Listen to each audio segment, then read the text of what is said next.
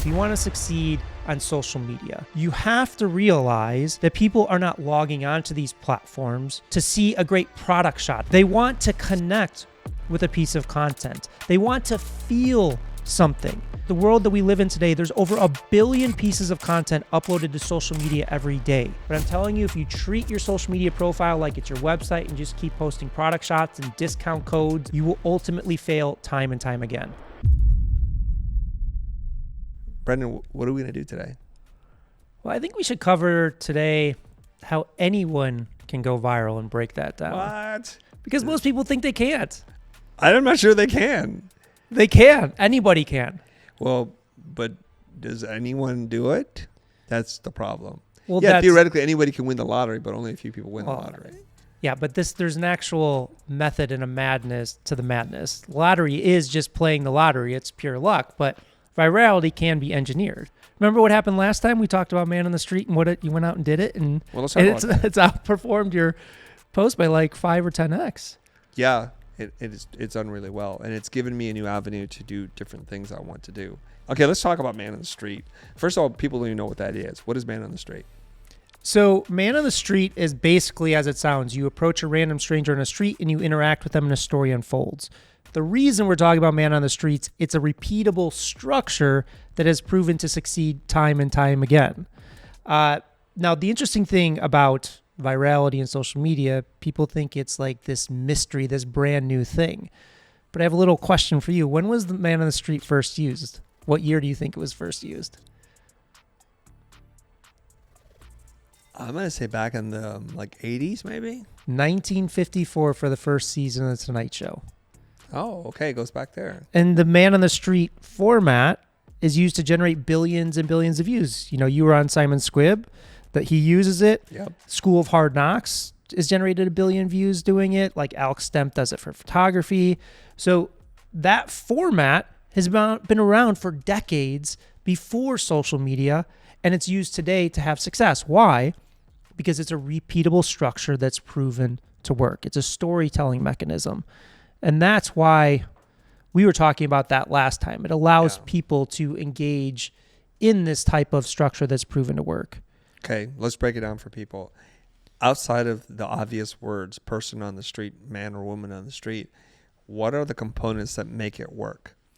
So the first one there is, so you're doing Man on the Street, you're approaching people asking them, well, how much do you make for an hour? Yeah. So there's an inherent tension that is built when this Man on the Street, when you're approaching somebody, because the person doesn't know that's watching, are you going to get rejected? Are you going to get yelled at? Are they going to throw a fit? You don't know the dynamics that's going to happen. And a lot of success in storytelling and social media is happening on the subconscious mind. So in those first few seconds, because you're out in the street, because you're approaching strangers, there's this inherent conflict that could arise or is arising as that interaction happens. So there's tension. We don't know what's going to happen. And there are a lot of formats where guys try to pick up girls, girls try to pick up guys. And it's awkward and it's weird and it's kind of a social human experiment that we get to watch unfold.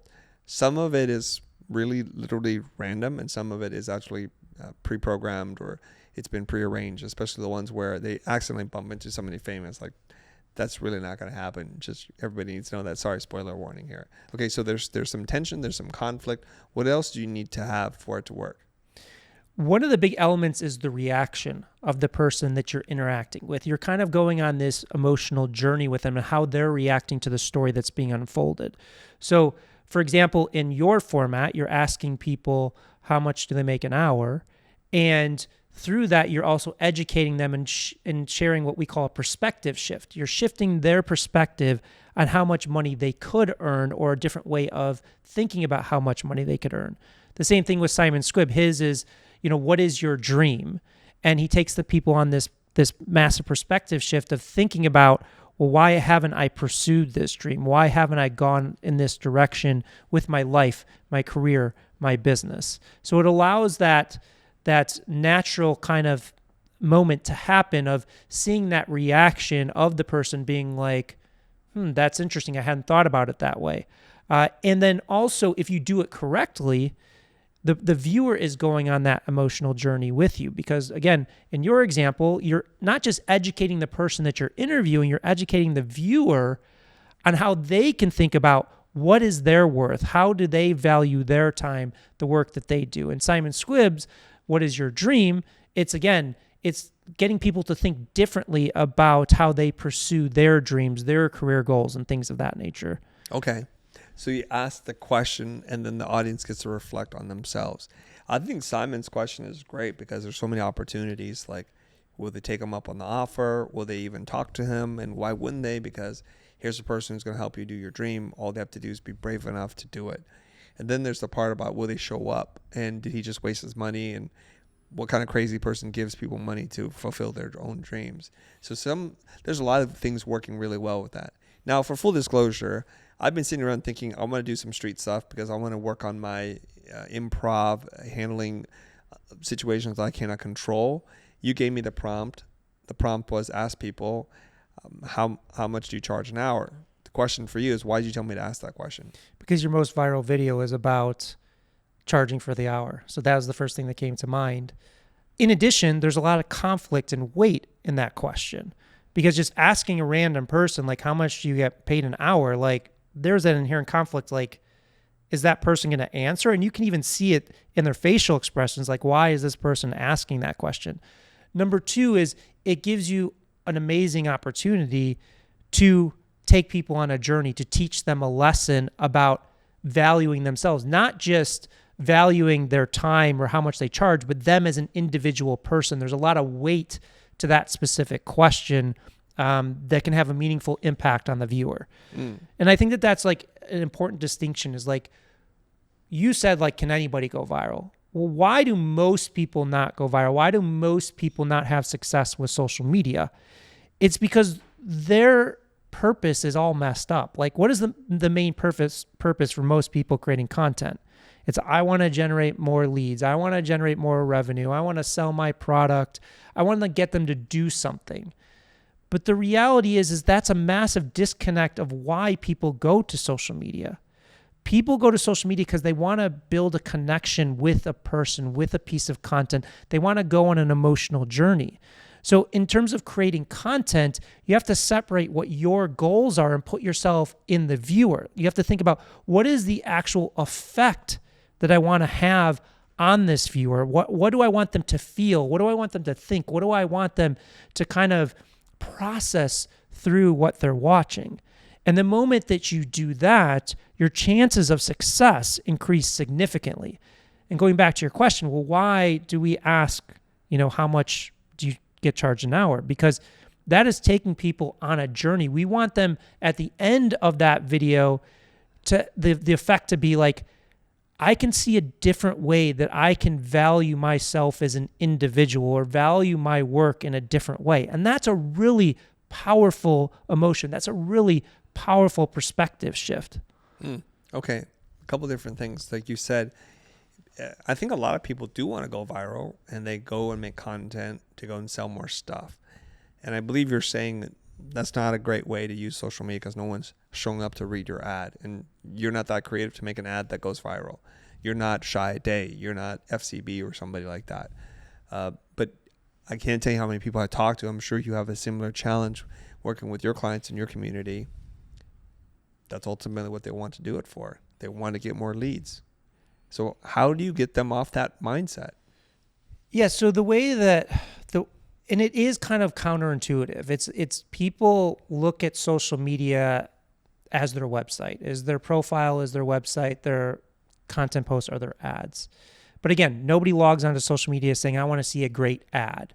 So what do we do with that? Well, social media, like the true success comes from getting to people to know, like, and trust you. If people know, like, and trust you, they automatically want to take that next step with you. So if you think about, like, here's an analogy, is like some random stranger comes up to you on the street and say, hey, can I borrow $20? I left my wallet at home. 99% of people are going to say no or just walk past that person. But if a good friend, somebody you know, says, hey, I lost my wallet at home, I need money to get home, can you lend me $20? Of course you're going to do that. Why? Because you have a relationship with them. And that's kind of the distinction method, the distinction between building an audience, building a relationship versus just running ads or, running a commercial through paid advertising. So building an audience, you cultivate that relationship and automatically people want to take that next step. And that's where massive revenue comes from. You look at like the biggest people, the biggest brands in the world, whether it's like Kylie Jenner or Mr. Beast. Like Mr. Beast, a prime example. He built a relationship with his audience over 10 years. And then ultimately he built Feastables into $1 billion brand. And people wanted to support that. His fans love it. Not because the product is the best product in the world. It's because they want to support them. Same thing with Kylie Jenner. She didn't spend years and years just posting ads and ads and ads. She built that relationship with the audience to then build a $1 billion brand. Okay, let's continue on Man on the Street. So Brendan's like, hey, your most viral piece of content is talking about value. And then you said something to me. I think your gift to the world is to help people understand their real value. That's why you gave me that question. My pushback to you immediately was, I don't do that. I don't want people to charge hourly. So why would I ask them that question? You didn't say this, but it felt like you said it. You're like, shut up, just do what I told you to do. I'm like, okay. And the internet was a little bit surprised because they watched that episode on YouTube, and then they see these videos months later on Instagram. Like, he did it. He followed through. I'm like, I'm a person of my word, and like a good student, I just do what I'm told. I didn't try to change the phrase, which is a mistake a lot of people make.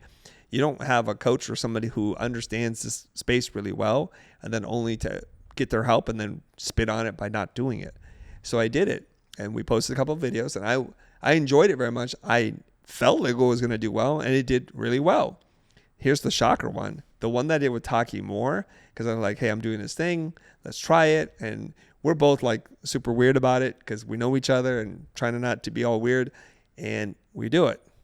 Now, if I remember the story correctly, and I'm going to say this part, don't let facts get in the way of a good story. So, Drigo, shut up. We're just going to tell the story the way I'm going to tell it.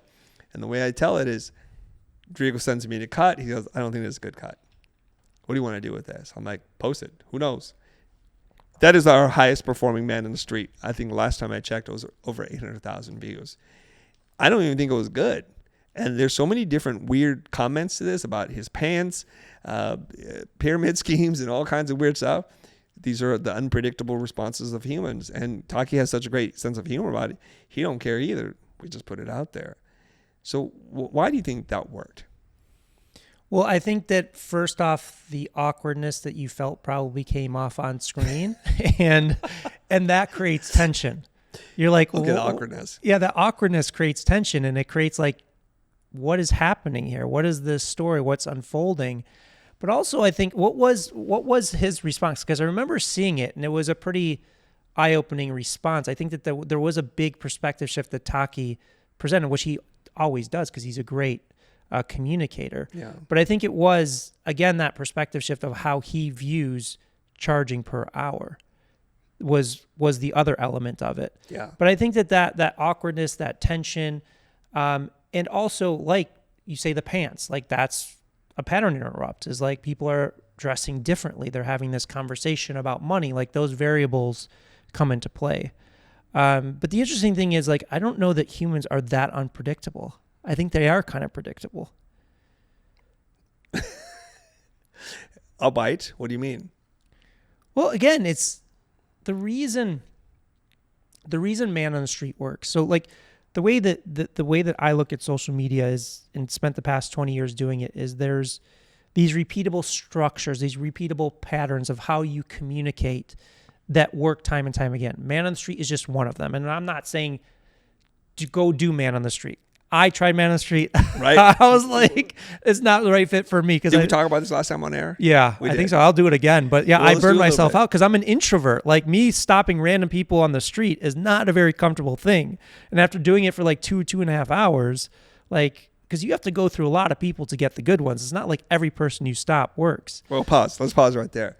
We're both introverts. Maybe I'm an ambivert. I'm not sure. I've been tested twice. I'm an introvert. Have you been tested? Yes. You're clearly an introvert. Yes. Okay. So it's kind of interesting because you kind of said, Chris, I'll tell you what to do, but don't do it. It won't work for you and you won't like it. I'm like, no, it will work. We'll see what happens. I'm going to make this work because I'm committed to this, right? Every video we've recorded, we've posted. Every single one. That means we haven't recorded that many because, we have a little backlog. There's like 3 or 4 more that we're going to release, but I enjoy it a lot. So what was it about it that just was so painful for you?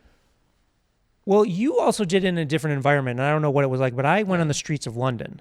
So first off, London, most people don't want to like sit there and talk to you. And then you're running around. I think you were at a conference when you did it. Yes, I was. Yeah. So I try to set myself for success, not for failure. Yeah. I Which did is smart. I did at VidCon. Yeah. People who are used to be on camera. Yeah. And probably a lot of people knew you too. Both. Yeah, possibly. Yeah. But it was just, for me, running around and then try and get the rejections are obviously not fun, but then also you get a lot of duds of like people that just don't have a good story or don't kind of follow the process. So to me... You mean a random stranger didn't do what you wanted them to do in your mind? No, it's more so that they, like, you ask them a question, they say yes. They don't like embellish. They don't tell a story. Like those people are difficult to find. Okay.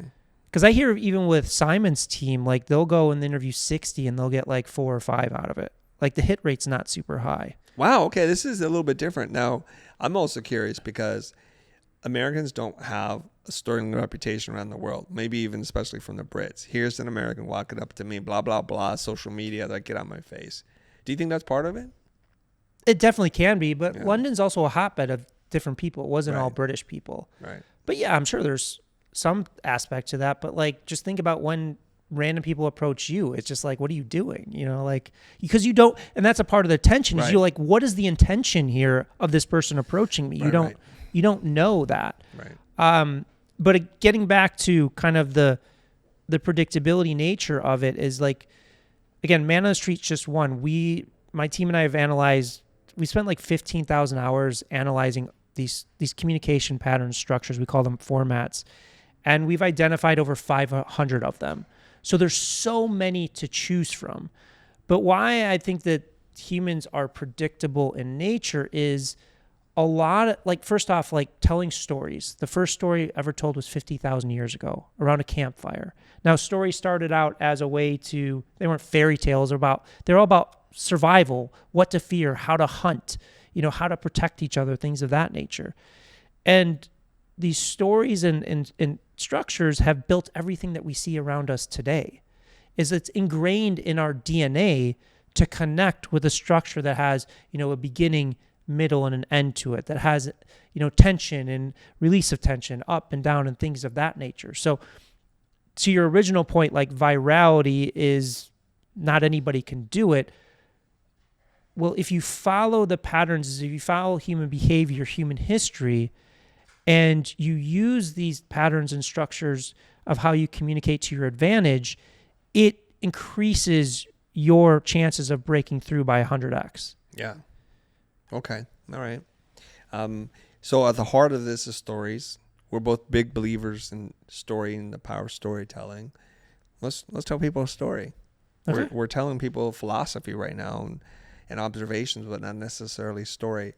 One thing that I've discovered recently during one of our events here in this space was a prompt that somebody gave us, Ms. Michelle, and he said, how did you get here? That's the end of the story. And that's how I got here. So I'm going to give you some time to think about it. And then I'm going to tell the story. Is that okay? Yeah. I'll start first and then you say, that's how I got here. Okay. That's the end of the story, okay? So people stress out a little bit because they don't know where the story ends, and so they meander, they go all over the place, and it becomes not so interesting. But if you know how the story ends, then it's easier. So here's how I got here. People don't know this, but I'm in the building next door. It's 5,000 square feet. And shortly after acquiring that space, business is going like gangbusters, so we're outgrowing the space. So much so that we're running Ethernet cables down the hallway, and we're constantly tripping the breaker because we're using so many machines and it's hot in that space. And all of a sudden one day I'm walking outside and I see there's a sign on this building that we're in and it says for sale. So my wife immediately jumped on it and said, we have to acquire this building. We're outgrowing that space. We need to get this. And I was like, okay, sounds good. And this was a space where they parked W.I. Simonson's Mercedes, their cars, like to be detailed and then brought over to their main showroom on Wilshire. And so we get into a bidding war to acquire this space. And my wife, just being super emotional, is just overbids on this building by $500,000. I'm like, babe, let me do that part. And she's like, I know you need it.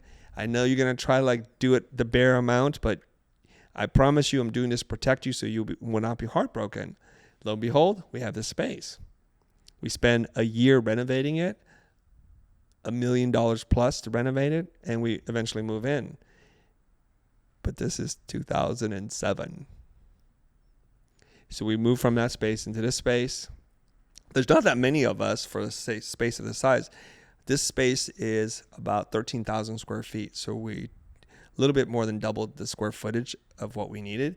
It felt vast versus over there was like tight and high energy. Here it's like really big. And then the financial meltdown happens in 2008. And I think to myself, I think we bought this at the height of the market and now we're paying for it all the way down. We have obviously survived. And there are sometimes, I think, residual memories where I have nightmares about acquiring a space that I have to then sell at a massive loss. And so that little emotion that I have continues to haunt me from time to time in my dreams. And that's how I wound up here. Okay, so here's how I got here. Okay, before you do that, any breakdown, any thoughts and reflections of that story? So I think that starting, the hook needs to be stronger. So you have the hook in it. It's something along the lines of the biggest financial decision I've ever made in my life happened days before one of the biggest financial meltdowns in American history. The contrast. Yeah, the contrast. Okay. And the weight of it. Yeah. You know, the like, oh my God, like you made this massive financial decision and then America melts down. Yeah. So after hearing the story, you can write the headline, the hook, to draw people in. I think that's always a great way to do it is what is the story you want to, well, I would even take a step back further, Okay. is think about what is the effect that you want to have on the viewer? What do you want them to feel? And then you design the story around that. Because again, so many times when we're telling a story or creating a piece of content, we're just so focused on us and what we want to convey, what we want to say, versus how is somebody on the other side of the screen going to experience this? Like, what are they going to feel? What are they going to say? What do they think? If they were to write a comment, what would that comment say? What would get them to share it with their friends? And the moment that you can make that shift with each post, and it's going to take some practice, but each time you do that, you're going to start building that muscle, and it's going to completely change your perspective on how you create content going forward. Okay. I like that breakdown.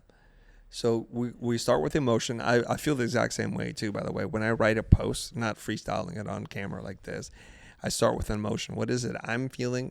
What is it that I want them to feel? And I craft the words in a story so that they hopefully feel the same way. A lot of times my intention is to make people cry. So I'm writing stories like, I want you to feel the pain of whatever it is I'm going through because I felt that pain myself. And oftentimes that's what they do. And they'll tell me in the comments, I feel like you're just describing my life and my story. And like, my God, thank you for sharing that. I feel so less alone in the world because someone else has experienced that. And gives me a lot of hope. Do you know Craig Clemens? No. So Craig, he's a good friend. He founded a company called Golden Hippo, and they basically create consumer products around doctors and celebrities and things of that nature. And his company has sold over $2 billion worth of products through social media ads. One of the best copywriters in the world. And he says something similar. He says, the minute that you can get into your customer's head and understand their core problem, the thing that wakes them up in the middle of the night, and once you understand that and you can articulate their problem to them better than they could articulate it to themselves, you win their trust. And then they'll follow you down that journey with the solution that you want to sell them. So it's a very similar thing to what you're saying, that experience of people feeling that or saying, I've felt that, or I feel that way, or I've been through that. That's such a powerful emotion and a way to connect. And I just want the audience to kind of understand like what you just said of like creating that connection of like people saying, I feel that way, or I've been through that experience, compared to posting a product of a vitamin supplement with a 20% coupon code on it. It's like, what are people supposed to do with that? It's completely different. Right. It's completely different. So everything I do is I perceive it through a hook. I just kind of view everything that way. I think you're a hooker. Yeah, I'm a hooker. Just say it. I'm a hooker. You are. There you go. I'm kind of looking at like, what is the thing that just pops out? What is the thing that jumps out? Like, I've just done it so intuitively that I kind of pick up on it. But like, here's an amazing exercise, and I put it in my Hook Point book, like that you can do is if you just imagine you're standing in front of a magazine stand, like, and you have all these magazines and newspapers in front. And it's even a great exercise just to go to a Barnes and Noble or someplace that still sells magazines and you can look at it and just look at the titles and just think about, if I only got like 3 to 5 words or, you know, just one headline, like what would I say to get that person to pick up that magazine, that newspaper and read it over all of the other ones out there? And when you kind of constrict yourself to kind of thinking in that way, it allows you to kind of start looking at like, well, what is the most impactful thing out of that story that stands out? Now, the beauty of the tools that we have available to us today is AI. You can throw stuff in the ChatGPT and just like brainstorm. And like, I recommend is like go through 50, 100 of these. Don't just like come up with 5 ideas. But you've got to kind of understand that we live in this world that is so saturated, it's so noisy with social media, that you have to break the pattern. You have to break the pattern of all the other content, but also have to break the pattern of every story that's already been told about what you're about to talk about. Because the reality is everything's been done before. The originality is overrated in terms of creating something new. Now, your spin on it, your story about it, and the way you convey it, that's where you can create the hook and stand out. Like the story that you just told, I mean, it's been told 1,000 times. I'm a little offended. But your version of it, of how you tweak it, how you contextualize it, can help stand out. Okay. I'll do you one more. I believe if you really want to learn how people grab people's attention, don't just go to Barnes & Noble. First of all, it's a dying breed. Just go to any grocery store where you're going to go check out. Look at the magazines that are right by the checkout. They have 3 seconds to grab your attention and make you impulse buy. We're talking about the Enquirer, Us Weekly, all the tabloids, those kinds of things, because they're going to just grab at you. They work really hard because they know that's it, because no one's going out there like, oh, let me peruse this magazine. Impulse, right? So you can probably look at those like Secret Lover, this person comes out, Cabal to kill this person. And you're like, what? They're always designed to really, they're a little sensational, but you can probably learn a lot by just looking at those, right? Billboards too, yeah. Billboards, yeah, because they have that minute. I mean, or the second. amazing thing is it has to be done a little bit more nuanced is social media. Like, I mean, if there's billions of data points available to us for free, you just have to pay attention to them. And it'll show you the pattern of what works and what doesn't and why. Okay. So anywhere where they have a very small window to grab your attention, if something grabs your attention, stop, pay attention to that, and see what you can learn from it and reverse engineer the structure? Yes. However, the real kind of learning comes when you compare something that has broken through with the thing that hasn't broken through. And that's the power of where social media can. So like we were talking about man on the street, and we do this with all of the communication patterns and formats that we find, is most people just pay attention to the winners, the ones that generate millions and millions of views. But the real learnings are from when you compare it to the ones that don't break through. So, for example, with Man on the Street, which we're talking a lot about, we'll take Man on the Street. We've done like 9 research projects of it. We've done Simon Squibb. We've done School of Hard Knocks. We've done Alex Stemp. We've done Body by Mark. And what we'll do is we'll take 20 of the high performers, the ones that break through, generate millions, tens of millions of views, the outliers, and then we cross-analyze it against the ones that don't break through, that are like the hundreds of thousands of views or less.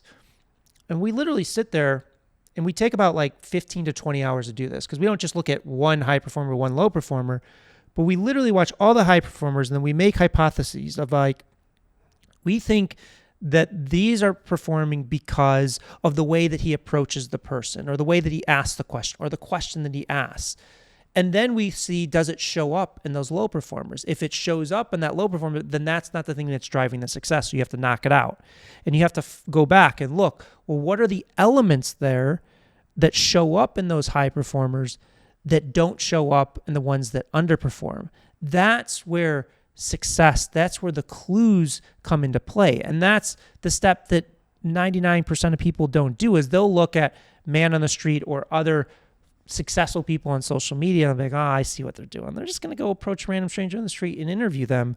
I can do that. They go do it and it doesn't work. And it's because they haven't studied the communication patterns of how the story unfolds and all of those elements that causes success. And that's where virality feels like it's luck, like it's playing the lottery. But it's not. They're literally, the clues are right there for you to discover. All right. It's your turn to tell the story. My story? Yeah. So here's how I got here? Yeah. So here's how I got here. As a young kid, I loved movies. You know when you ask kids, like, what do you want to be when you grow up? My answer would change every time I watched a movie. So if it was a movie about Indiana Jones, well, I want to be an archaeologist. If it was a movie about a detective, I want to be a detective. So when I grew up and it was time to go to college, I wanted to go to film school. I wanted to learn how to make movies. And I wanted to produce them. So I went to film school and got immersed in everything about how to tell stories. But like everybody else that goes to film school, what do? You move to LA and you pursue this dream. But you start at the bottom. You're making coffee, you're making deliveries, copies, things of that nature. Not the sexiest work. And in the beginning, it's amazing. You're like, I'm in Hollywood. My first job was on the Paramount lot. You're like, oh my God, I can walk around the Paramount lot, see these sound stages, things of that nature. But after a few months of making coffee and deliveries and things of that nature, I was like, I can't do this anymore. I need to stand out. Like, I need to connect with producers and actors and directors.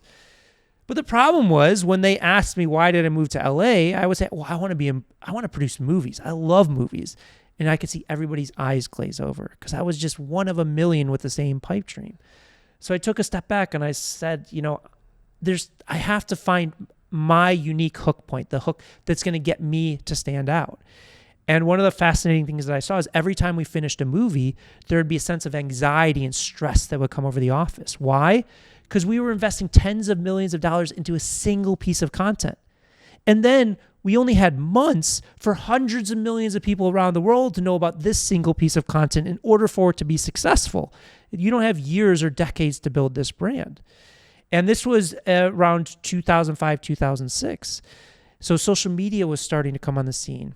So I said, they have this big need and this big pain point that they need to get these movies out there. They need millions, hundreds of millions of people to know about them. And there's this new thing called YouTube that just started.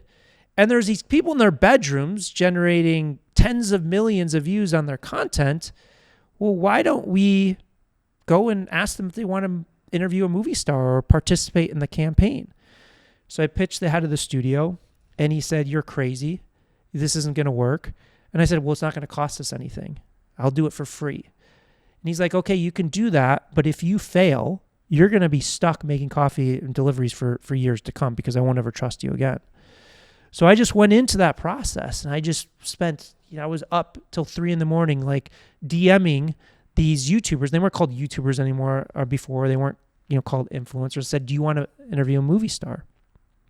And there was a lot of no's, a lot of no responses.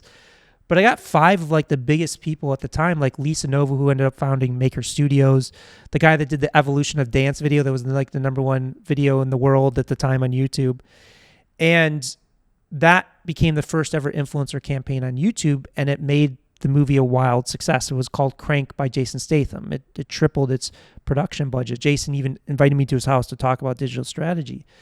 So that opened my eyes and built my career of putting myself on the map. And then I had to kind of just take a hard look at myself and what I was doing is, do I want to play this corporate culture, corporate game of the movie studios, or there's this new medium called social media that's just forming, and I didn't know what it's going to be today, but it seems like there's something there and I'm having success and it's exciting. So I decided to completely pivot my career into social media. And now I share 20 years of experience with people, helping them on their journey of getting their voice be heard. So that is how I got here today. How's that hook, Mr. Hooker over here?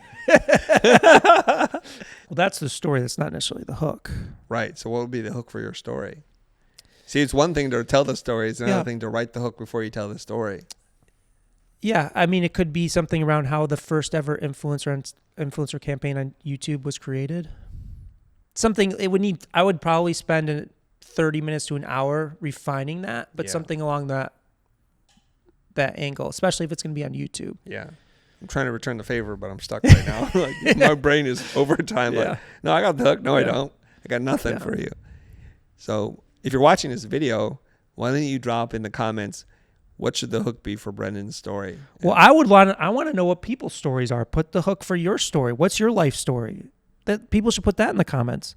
I'll go in the comments and rework people's hooks. He will. I've seen them. Yeah. So if they put it in, I would love to hear people's. Let's give them a clear prompt, if they had a magazine in the grocery store and Barnes and Noble, even though it's dying, or a billboard, what would your hook be? I would love to see that in the comments. Okay. Let's see what happens. Yeah. I think they're pretty good at commenting, so there it is for you. Okay.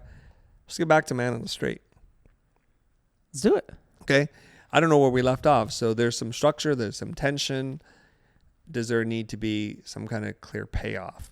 Yes. And that's kind of where it's kind of that perspective shift, that aha moment. Like what is the big takeaway that somebody can take from that? Yeah. So, when I see, it's not Conan. Yeah, sometimes it's Conan or Jimmy Kimmel when they used to do the person on the street and then go out there and then ask silly questions. Sometimes they bring a famous person with them, and they'll talk about their movie, not letting them know that that's the actor or actress. Yeah. And it's kind of hilarious. Like, yeah, she's all right. And then it's kind of interesting to see how the actor responds to that. Yeah, they're overrated. And you get to see a different side of personality. I think it's the unpredictability of it. And now here becomes the problem. Thus far, I played it safe. I went to VidCon. Some people know me. I just started talking to them. And those are the first 3 or 4 pieces of content. I don't think I've actually come up to a total random stranger like you did. And maybe that's what I need to do. What do you think about that?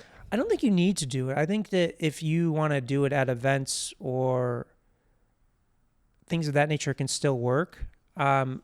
Random strangers, there is more of that unpredictability to it. But again, you're going to have to go through a lot of people. I think that what the position that we came up with and the question that you're asking is so strong that I think you can still do it at events. And what I would recommend testing is approaching the person.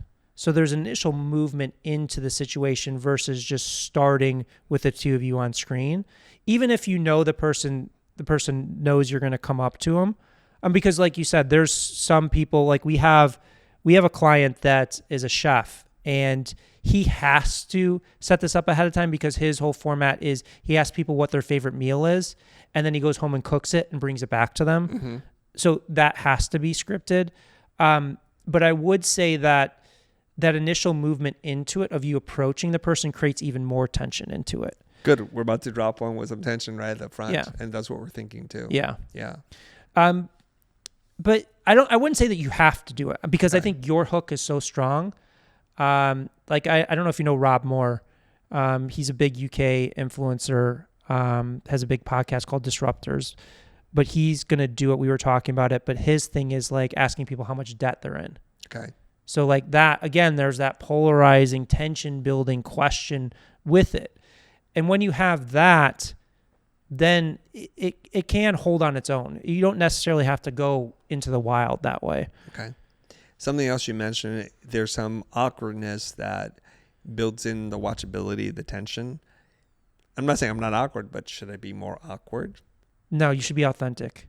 Okay. Don't do it on purpose. Okay. Because again, we're professional content consumers. Yeah. We're picking up on so much on a subconscious level that people can pick up if you're overacting and things like that. I think you know who I was going to refer to, right? No. The industry plant girl. Oh. The one who interviewed Drake. Bobby. Yeah, Bobby somebody. Yeah. Where people are like, is this an act? And yeah. she's deep in character, right? Yeah. Asking the Well, weirdest questions. I don't know her. I haven't met her. I think she's awkward in nature, but again, she did a great job with it and it worked. I don't think she's doing it anymore. I just recommend for most people, they can't pull it off. Yeah. Like if you're a trained actor, then sure, go for it. But I think that in terms of what you're talking about, how do you create more awkwardness, more tension?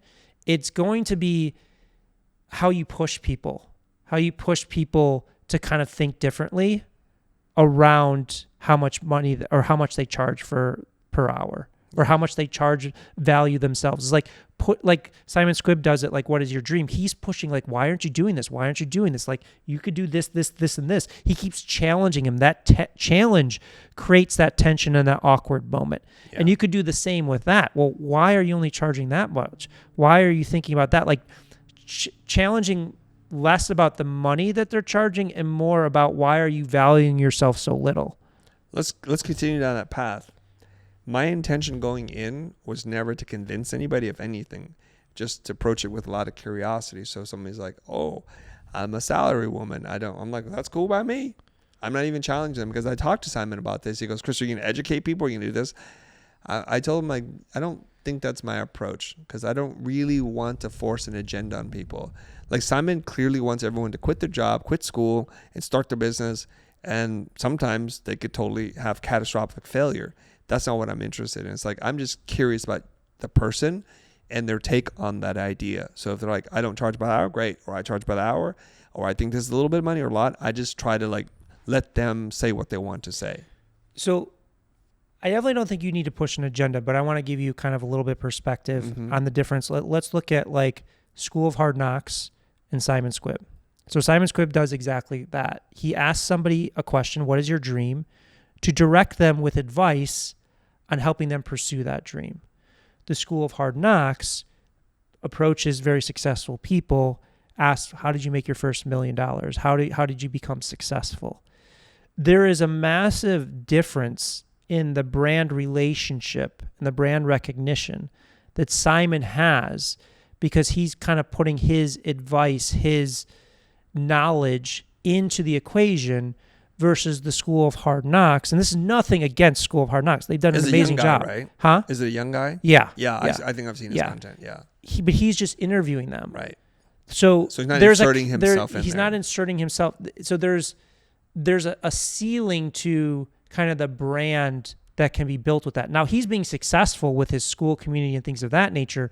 But if he was able to insert his expertise or his brand more into it, it would elevate overall what he's doing. So that's the difference. And you can do it both ways and be successful. Is you can be a passive just observer of this interaction of just asking the questions and being the interviewer versus inserting yourself. And that's also like you look at your podcast. Like you don't just sit and ask questions. You provide your perspective, your unique insight through that conversation. And that's why it generates business results and things of that nature. I mean, it's the same thing with the biggest podcasters like Stephen Bartlett and Joe Rogan and Lex Friedman. They're not just sitting there asking questions. They're inserting their perspective on situations, and that's why there's such a strong brand relationship with them. Does that make sense? Yeah. I think I'm somewhere in the middle. I'm not just a passive interviewer, and I understand why. I don't think you are at all. Yeah, that the young guy has to do that because he hasn't done that, so it makes sense, right? Where Simon, love Simon. I don't always love that he's trying to tell people to start a business. That's not for everybody. Yeah, I understand it's a little that. strong, it's like, that's not me either.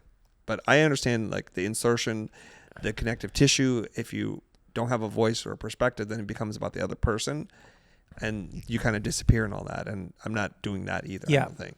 Okay. Yeah. Good perspective. So if you are of the type that wants to do the person on the street to kind of keep it gender neutral, think about the hook. It's got to be a really good question. It's got to have built-in tension.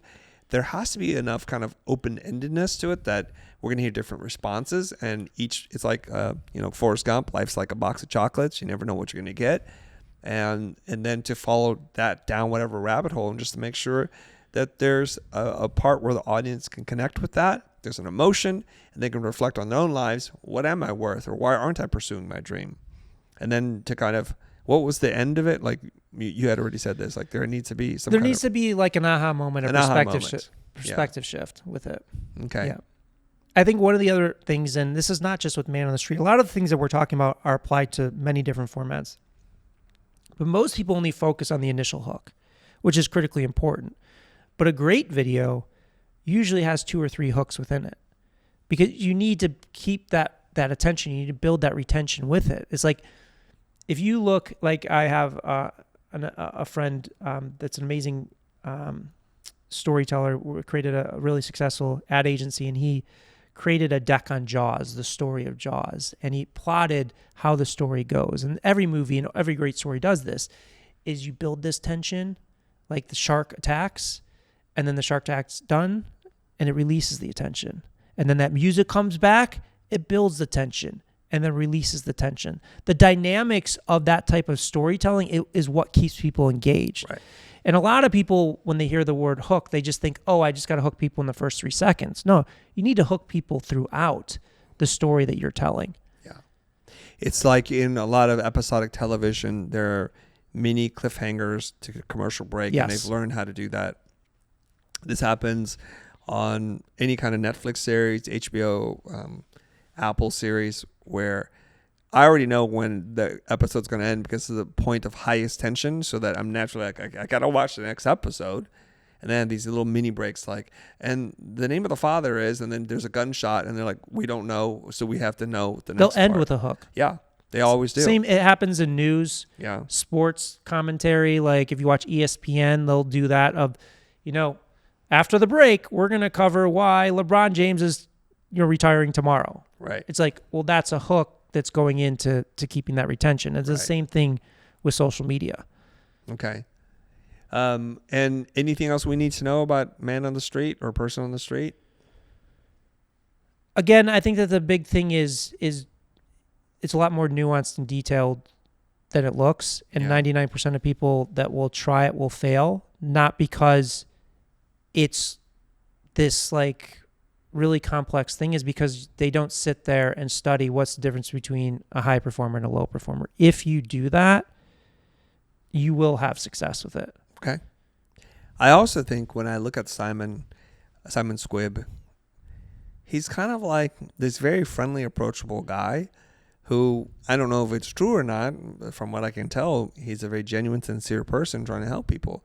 So it's almost like he's got the body, the personality, and the charisma to pull something like this off. So if I'm watching this, I'm like, Brendan, I want to be a man on the street or a woman on the street, but they don't have that. Does that mean that it's designed, this format specifically, for people who have some of that charisma, that charm? No. And I'll give you an example. Alex Stemp, a good friend of mine, he's a photographer that uses man on the street, and he is not an extrovert like Simon at all. So he's a photographer. He approaches random strangers on the street and asks, can I offer you a professional photo shoot? So for him, he doesn't even really need to communicate at all, other than approaching them and saying, can I offer? Like one of his most viewed videos is you can't even hear him talking. It's just, I approach this random stranger. There's this tension of like, what, you want to take my photo? Like, I don't want to do this. Like, this isn't interesting. And then they reluctantly say yes. And then it's just a quick snapshot of him taking the photos, and then it builds up to the reveal of showing how amazing the photos are. The most important thing with any storytelling format is, does it feel authentic to you? Are you excited about doing it? Like, do you want to do it? And if you do, like, that's going to come off, and it can be done in different ways. You don't have to be over the top like Simon Squibb, because Alex is, and I recommend people check out his channel of how he approaches it versus Simon Squibb or even like the School of Hard Knocks. It's completely different. Yeah. There's another guy, Hunter Prosper. I don't know if you know him, but he's got like 6 or 7 million followers. So he does a version of Man on the Street that's called Story from Strangers. And he approaches random people. Typically, they're a bit older, and asks them, what are the biggest emotionally charged questions about their life? Like, who was your first heartbreak? Who was your first love? Dose of Society started doing this. I don't know if you know that account, but they're not even on camera. Like, they're behind the camera and just asking people, and you just hear the voiceover. So there's different ways to go about it, but I would just say, does it feel authentic and natural to you? Because there's so many options and so many choices of directions that you can take with formats. Yeah. The photography one has a particularly strong hook payoff because the whole time, like, what is the photo going to look like? Yep. What's the photo going to look like? And sometimes it's really amazing. Sometimes I'm like, it's all right. But it got me to the end. Yeah. And then I'll watch another one, and I'll watch another one. And sometimes they're mind-blowing. Yeah. Yeah. Yeah, there's, again, that's why we focus so much on these structures, these formats, is they are designed for great storytelling. Now, you need to know how to execute it. But what do most people do with social media? They just come up with ideas and throw a bunch of stuff at the wall and see what sticks. But if you don't have, it's, again, I started in film school. Like, when you go to film school, they make you sit there and watch classic movies. They make you write screenplays. They make you act. They make you direct. They make you edit so that you can understand how stories are told. And that's why when you started this, like, can anybody go viral? That's why it feels like, no, not anybody can go viral. But they can if they actually sit there and study what makes things successful versus unsuccessful. And it comes to these clear patterns and structures that have been used even pre-social media. Like, another format that you've seen and a lot of people use is called 2 characters, 1 light bulb, where it's the same person that plays 2 different characters. And they go back and they, debunk a common myth or misconception about pop culture or an industry. So you have like Erica Kohlberg that uses about the fine print about warranties, like what happens when your AirPods break or your flight gets canceled. You have Mark Tilbury that does it about finance, like about financing a car. It can be used for any industry and sector. Again, the first time that was used was in the 1920s by Buster Keaton, who was kind of like the Will Ferrell of the time. And then Saturday Night Live used it. And then Mike Myers and Austin Powers, where he plays Austin Powers and Dr. Evil. It's a proven structure to work. And people are using it today and having a lot of success because the structure is inherently there to allow you to effectively communicate and convey your message to audiences and connect them to what you ultimately want to say. Okay. I'm going to frame this question in a certain way that may polarize your audience depending on how you answer this question. So anyone can go viral. So if someone hasn't gone viral, is it because they're not trying hard enough, they're not smart enough, or what? No. I see a lot of people are trying too hard. Oh. That they are very smart. Or they're too scared to tackle it. They're too scared to fail. But this is not about you as an individual. This is not about your message or your brand not being there. It's not that your product isn't good enough. It's the way that you tell the story. It's the way that you express your message, your brand, that dictates success versus lack thereof. And that's where I'm sure there's a lot of frustrated people out there that see some, like, let's just say you're a dentist or a lawyer or a doctor, and you see these people that have half the qualifications that are going viral and you're not. Well, again, you're smarter than them. You have more experience than them. You probably tried a lot of things that didn't work. So it's really none of those things. It's just the way that you're tackling the problem. It's the way that you're trying to get people to pay attention to you. So I suspect that you and I may be talking to 2 very different groups of people. Because the people I talk to, I was like, yeah, you're the problem. And you're like, no, you're not the problem. I'll tell you why. Number one, they look at creating content as some kind of burden. They'd rather not be doing it. And I say, hey, if your state is, this is stupid, I don't want to do this, what a waste of time, well, that's going to bleed into how you perform and how you appear on camera.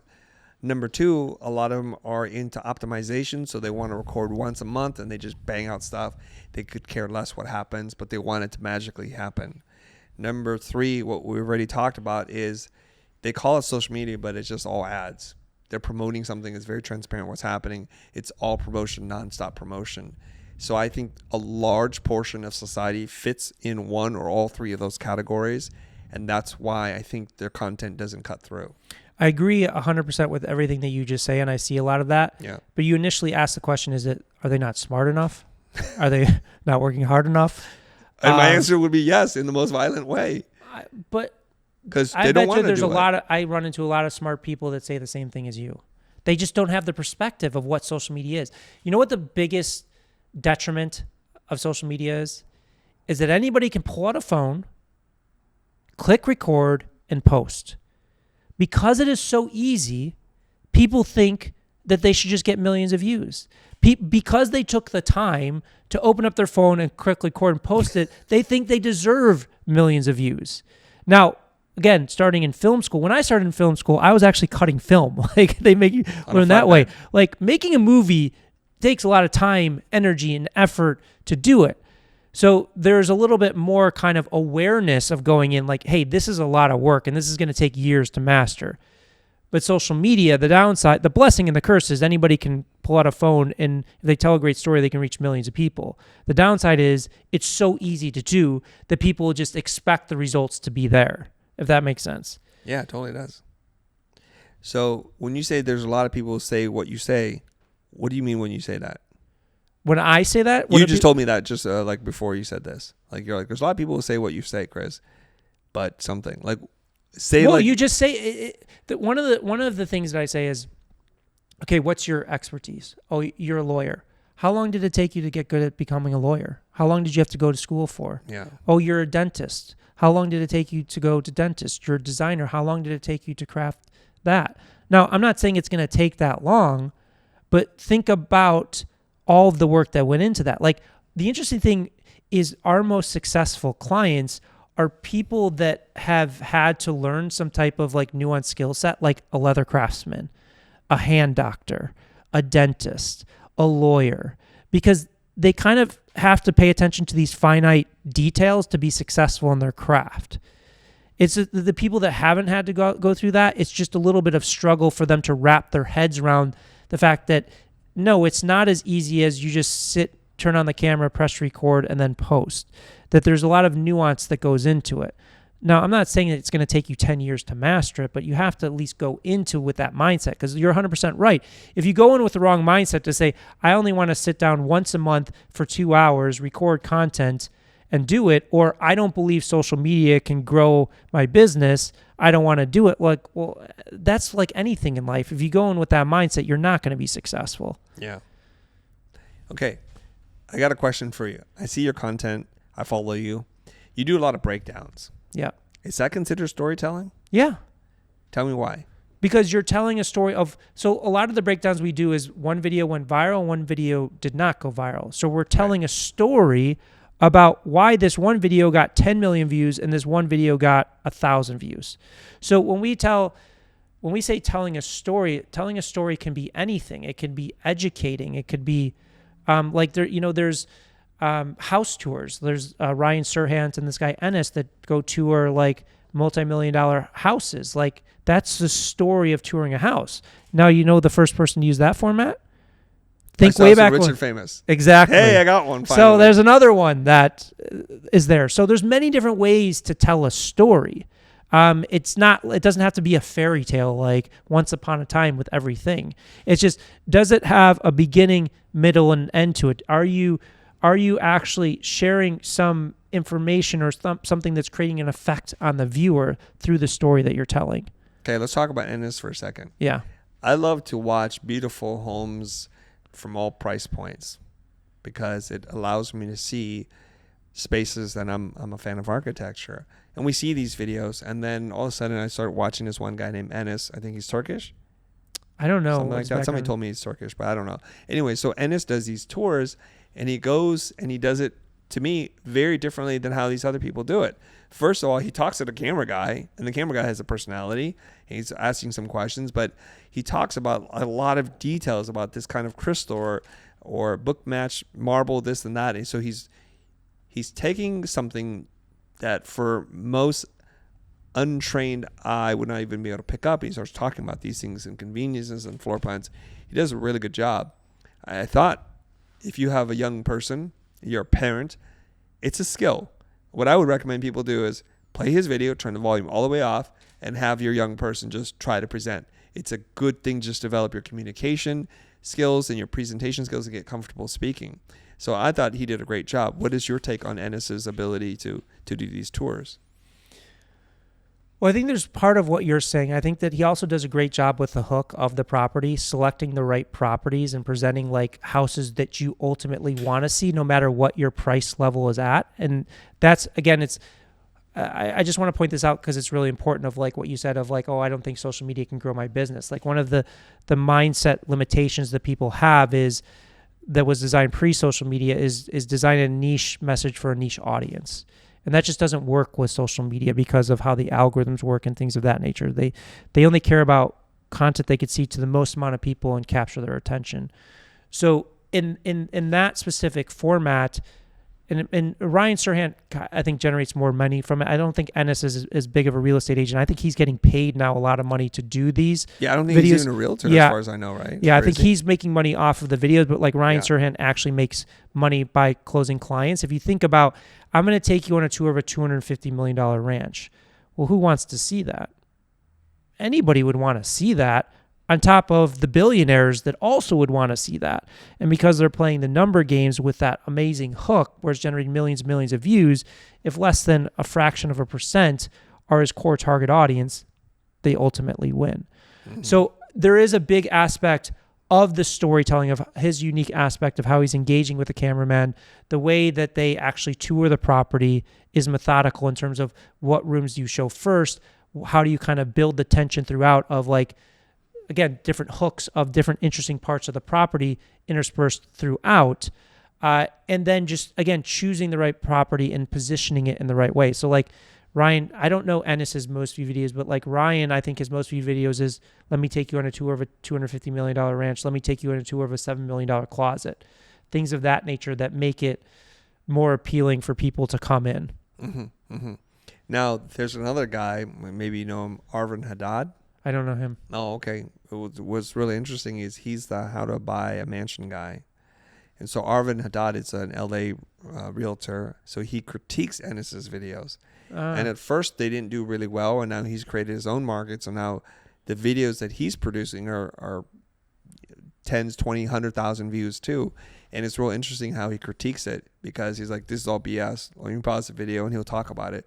So even if you're not the person making the original video, you can have a career and a business by critiquing that. And his perspective on what you see and what you don't see is really interesting. And he'll tell you, okay, so that home did not sell. It sold for half the price it was listed for. And here's why. And he has a rating system, like his system, like 10-point system, and why it scored this number. Yeah, we call it the reaction format. Okay. Again, that one's been around for forever as well, pre-social media. And it's a format that can work really well if you kind of have your unique perspective. And again, you study the high performers versus the low performers. But it's a really powerful format, like you said. Okay. So anyone can go viral if they have the intention, if they understand the right format for them, understand the high performers and the low performers, so they're much more informed at doing that, and they put in the work and they stick to it until they find success. Is that what you're saying? And studying. Okay. You got to study communication, study what makes something successful versus unsuccessful. All right. That's not as sexy as saying anyone can go viral. But anybody can go viral. Anybody can go viral. Okay. For whatever reason, you do go viral and you don't even know why and it went viral. What's the biggest mistake you see people doing after the content goes viral? Well, number one is what content caused you to go viral? Is it related to what you actually do?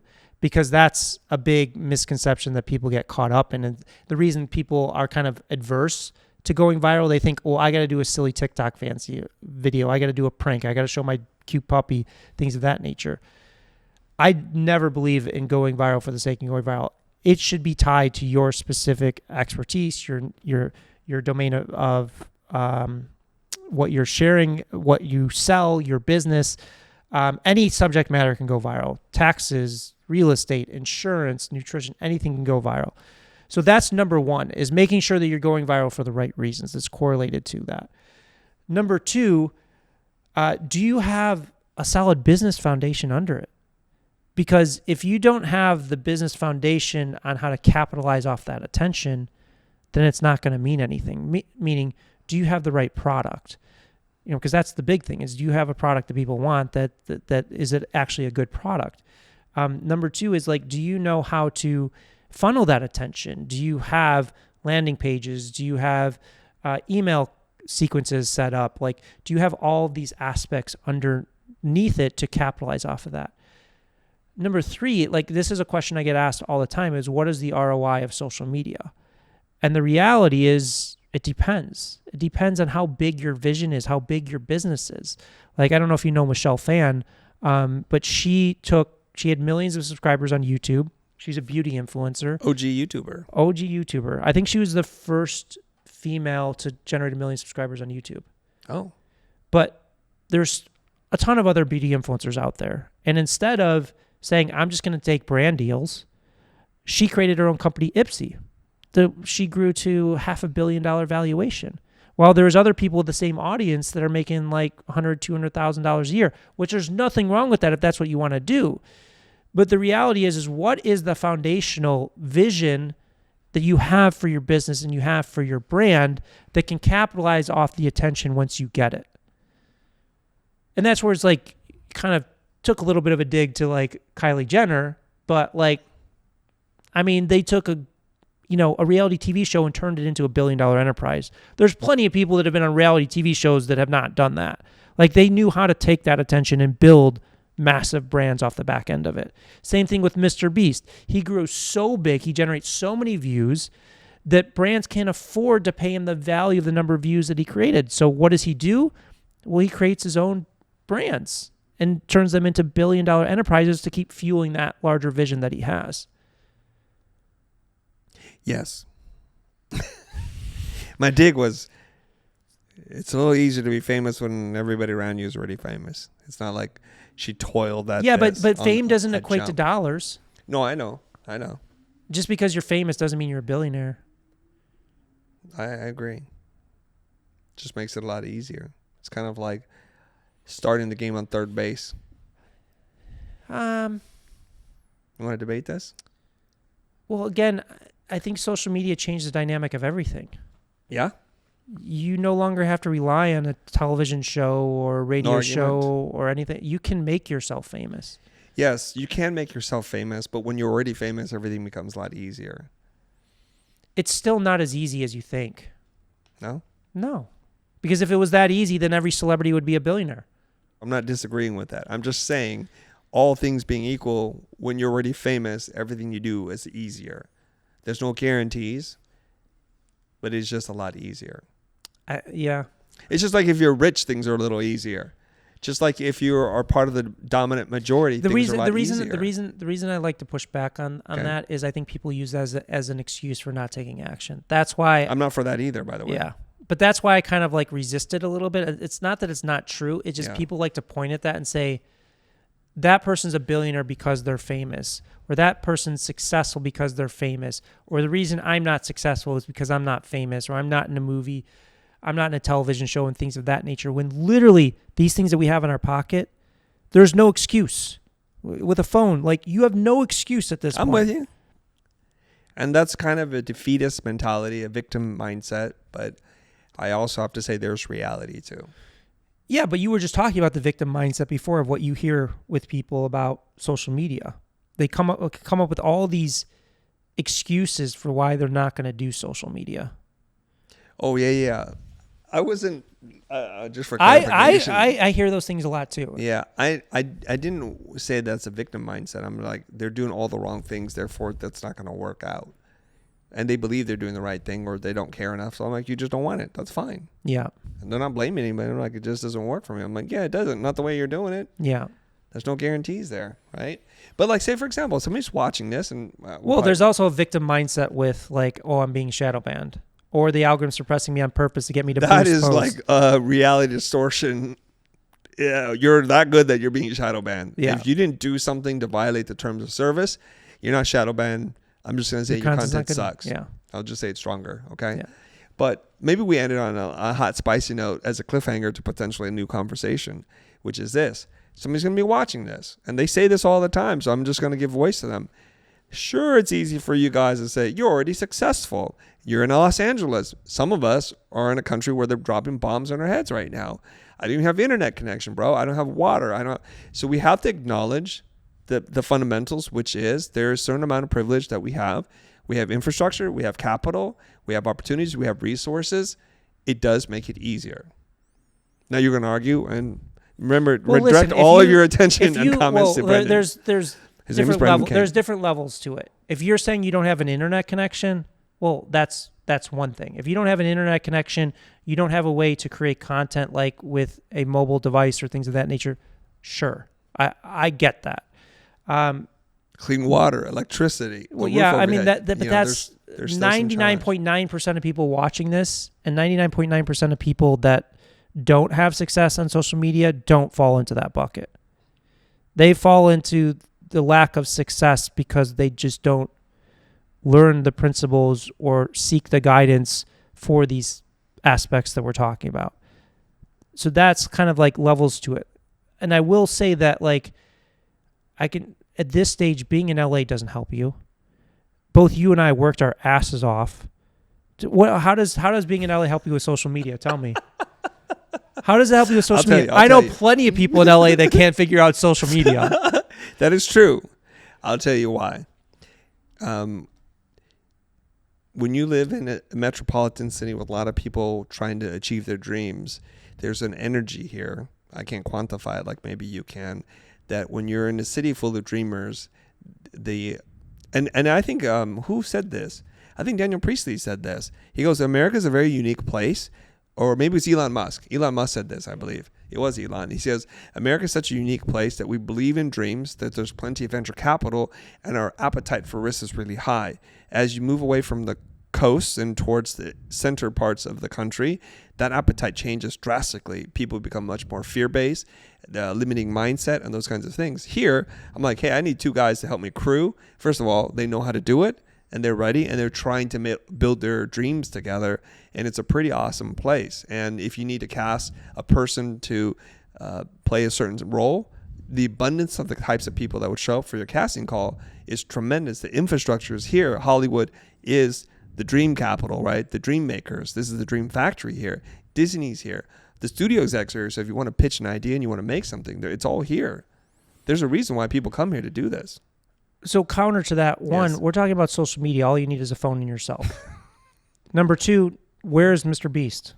He's not in LA. He's in North Carolina. Number 3 is, yes, and it's interesting because I've seen this in London. Like, I don't know if you know the YouTuber Max Fosh. He's really big. And I was talking to him about his mindset versus like Mr. Beast, who he knows, and things of that nature. And it is different. With that said, you have the internet at your disposal. Any limitation that you face, you have information you can garner for free. You can fix your mindset if you choose to fix your mindset. You can work through those things. I'm not saying it's easy, but like we all have challenges and obstacles that we have to overcome. But I just don't. I don't think you need to move to LA to be successful on social media. I don't think you need to be from United States to do it. I think that there's pros and cons to being anywhere in the world. Now, again, there's different levels to it. Like you're saying, people don't have clean water and internet connection and things of that nature. Obviously, that's going to hinder your ability. But I just don't want people to think that they have to live in a specific place, have to be from a specific background, have to have some type of fancy equipment or things to succeed. Because those are just limitations in your mindset that you can overcome. Now, I want to be very clear for our watchers or our viewers. I want to be very clear for our audience here. You already know this, I am not one for the victim mindset, but I'm also trying to acknowledge reality. Casey Neistat, for example, used to make a lot of content. New York is another character in his story. And if you've been in New York, depending on where you are, there's no bad angles. It doesn't matter what street you're down. It looks beautiful. There's interesting things. There's characters, the UPS guy and the cop who wants to arrest him for riding a bicycle in a lane. He comes to LA, he makes content. It doesn't hit because LA is not that kind of character. It's a different character, and Casey's not used to that. He's not used to getting on his boosted board and just jamming everywhere and just running into folks and running around the city, and everything's a cool backdrop for him. And so I think the city becomes a character. So it can, depending on the format that you're doing, but you don't have to do the Casey Neistat format. That is true. Yeah. But there are advantages to some cities more than others. And I'm just trying to acknowledge reality. That's all. That if you want to make a film of any kind and you want resources, high or low, there are some places that are going to be a lot easier. If you want to make a film, yes, but we're talking about social media content. Well, do you think it's coincidental? A lot of these quote unquote big influencers are in Los Angeles and they move here for a reason. I would say that 90% of the biggest influencers are not in Los Angeles. You just probably know of them because you're in Los Angeles. And I'm not saying that there are not here, but there's so many massive influencers all around the world. There are, but there's a large amount of them here. But there's a large amount of them in the world. Where's the next place? The concentration. Well, I think it's concentration of people because there's more people and more likelihood of that person being like, because we just, Simon Squibb, Daniel Priest, who we just mentioned, they're in London. Max Fosh is in London. There's people in New York. But again, you have Mr. Beast in North Carolina. It's like there's people all over the world. There's people in Dubai. There's people in Chicago. There's people in Mexico. There's people in Brazil. Like there's so many influencers that we don't even know because they speak different languages that we don't consume their content. Yeah. Okay. The internet will weigh in on this one way or the other, regardless of what we think. And perhaps in our next episode, we'll follow up on that and see what happens. Yeah.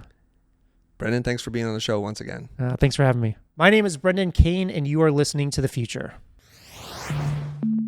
If you've enjoyed this video, I want to remind you about Content Lab, something that I've launched, and it's designed to help coaches, content creators, and authors just like you create content that consistently cuts through the clutter.